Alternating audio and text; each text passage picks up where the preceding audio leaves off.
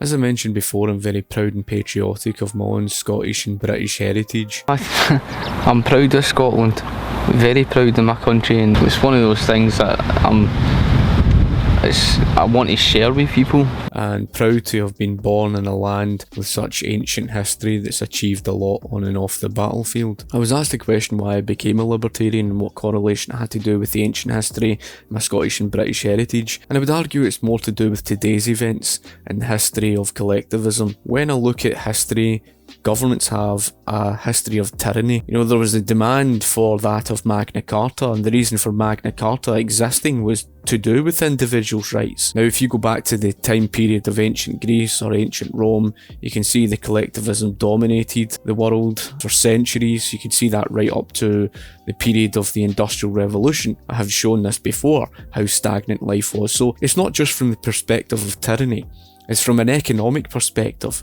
You can see how much it held back, people's lives. But collectivism had led to countless wars, countless invasions, and before the Industrial Revolution, now I'm not saying that we live under full-blown individualism, because the British Industrial Revolution was dominated by that of mercantilism. I do understand you had things like the protectionist tariffs, unfortunate as it is to say. Things are not black and white. I've argued many times before that economics and politics is all down to that question of scale. Before the Industrial Revolution, it was strongly collectivist. Once you move more in the direction of individualism, to some extent, individuals having the ability to work for the fruits of their own labour.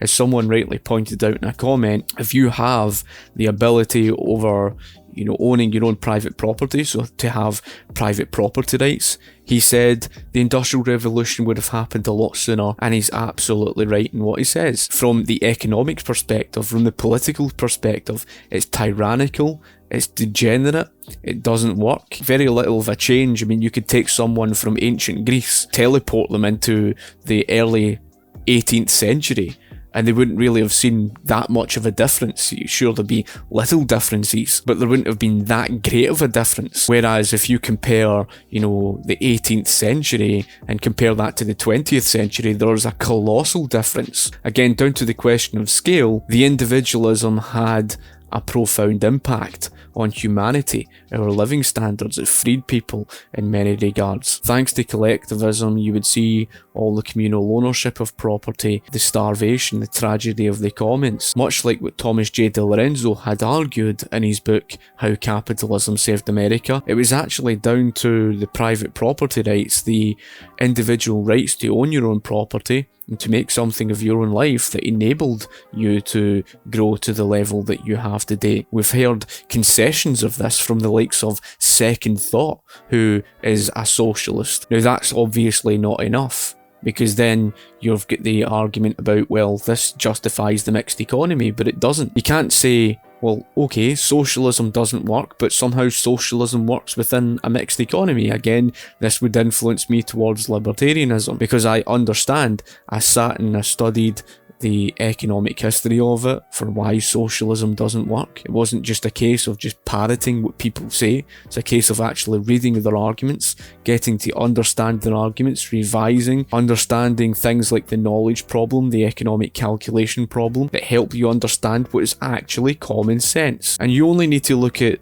planet Earth. You only have to look at the history. You only have to understand the likes of the Soviet Union or the likes of China, or even Venezuela, of more recent examples of socialism. And you can see for why the disasters happened as they did. It really does take an extreme level of ignorance to stare straight past it. Not just for that reason, not just for economic history that I personally take the greatest interest in, but from the arguments on economics itself. Thomas Sowell illustrates beautifully, and I could not recommend his book enough. He doesn't just give you historical examples for the things that he explains on the price ceilings, the price floors, the economic calculation problem. He actually goes into detail and explains the fault of those actual things. This is something that you won't find socialists do. Socialists do not sit down and study for why price ceilings result in price shortage problems, or why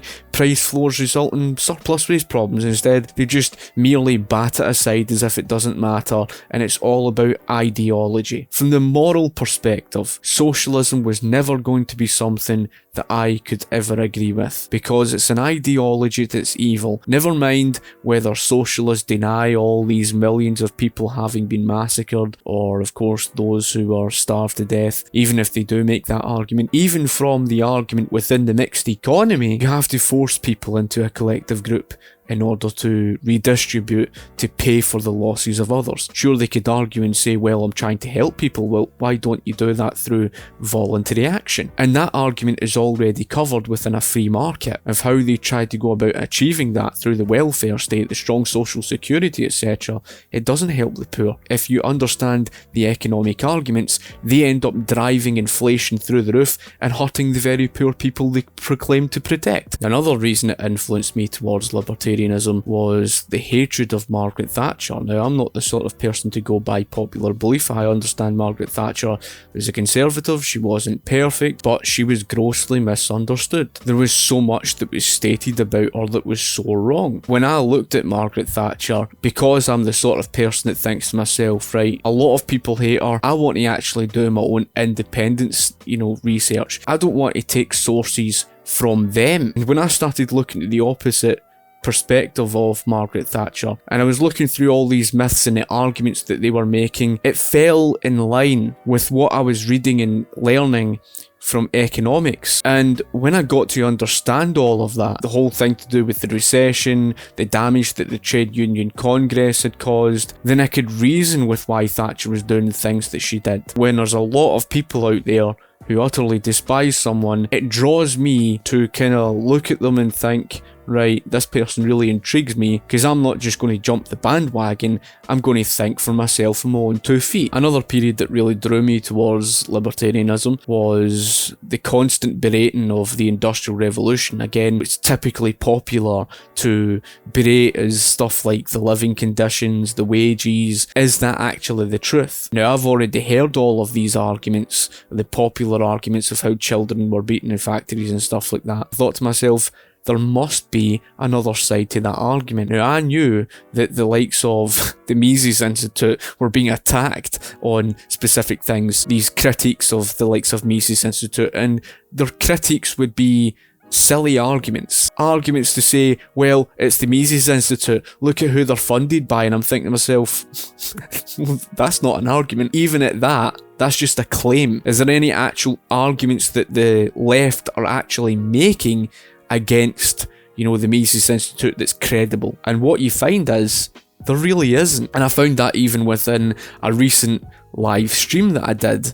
It's a case of questioning the Mises Institute and their statistics, etc., but not actually able to critique those statistics with their information, etc., etc. And that's what helped me become a libertarian. Now I'm going to go on about why I'm proud to be Scottish and proud to be British, because I'm influenced from individualism. Now, some people might be confused by that. At the end of the day, I don't look at it down to the British Union. I don't look at being proud to be British because of some British Empire. However, I do acknowledge the fact that in history things are not exactly black and white. There are certain things you can take pride from and certain things you don't. Arguably the only empire that benefited countries that it had colonised through the English common law, etc. But in the other perspective of that, I don't agree with the force, I don't agree with the coercion, I don't agree with all the things that happened, I don't agree with the imperialism, the colonialism. People think that just because when you say you're proud to be British, and it somehow means that you are somehow proud to be, British because of some empire or what happened with governments. Again, I don't agree with the governments. Just because I support the British Union, it doesn't mean to say that I support the wrongdoing of any governments. Now, rather, I look at things from the perspective of the United Kingdom as a whole, going in the direction of a free market economy. In fact, that would even give Scotland its independence, even if it's part of a union. It gives the people its independence because it's the people's liberty from that of government's interference in their life. When you go through British ancient history, there's something romanticised about it, whether you talk about the story of King Arthur, and I take great pride in being British as a whole, the whole story of whether there was two King Arthurs or not, and I'm proud of the image that the land Britain got. From my perspective, what created division was more to do with the invasions that would follow, the Normandy invasions, the invasions of the Angles, the Saxons, etc. Of course, there is the story of King Arthur uniting the people or whatever. That's where my pride comes from. It doesn't come from governments. It comes more from a perspective of how I would like to see Britain, like to see the people where they're together, but through a free market economy. It just so happens to be that I believe, don't confuse this, it just happens to be that I believe that through the British Union, that's the best road. I do not believe for the life of me that separating Scotland from the British Union, that is the right road to go down. Because if you ask me, in my perspective, we'd end up going further to the left. Nicola Sturgeon is already showing how, authoritarian she is. It's frightening to look at certain people who just bat their eyelids and they just don't care about the hate speech bill and all the rest of it. I voted in support of the British Union, but to drive towards a free market that would give us that individual rights and liberty. What influences me from individualism, again, is really a case that you don't look at things down to a perspective of nationalism. I don't include the likes of the Scottish Libertarians and stuff like that. They are reasonable-minded people who are fighting for the right thing. They understand that the answer is the free market, and I respect them for that. I just don't agree with Scotland separated that it would go in that direction, and nationalism ends up creating this sort of divisive attitude. That's why I'm so drawn towards libertarianism, because nationalism is somewhat collectivist. It's like us versus them. There was a quote even by Clyde N. Wilson who mentioned about the difference between that of patriotism and nationalism, and I would agree with that. I'm a Scottish and British patriot, and I look at my own following over the years. Again, this could influence me in that regard, but a large number of people who have followed me and I see eye to eye with, I completely agree with, and I've got nothing but respect for, happen to be a large number of the English people who, I just view as much as my own people here in Scotland. And it's not about a union, individualism that brings a unity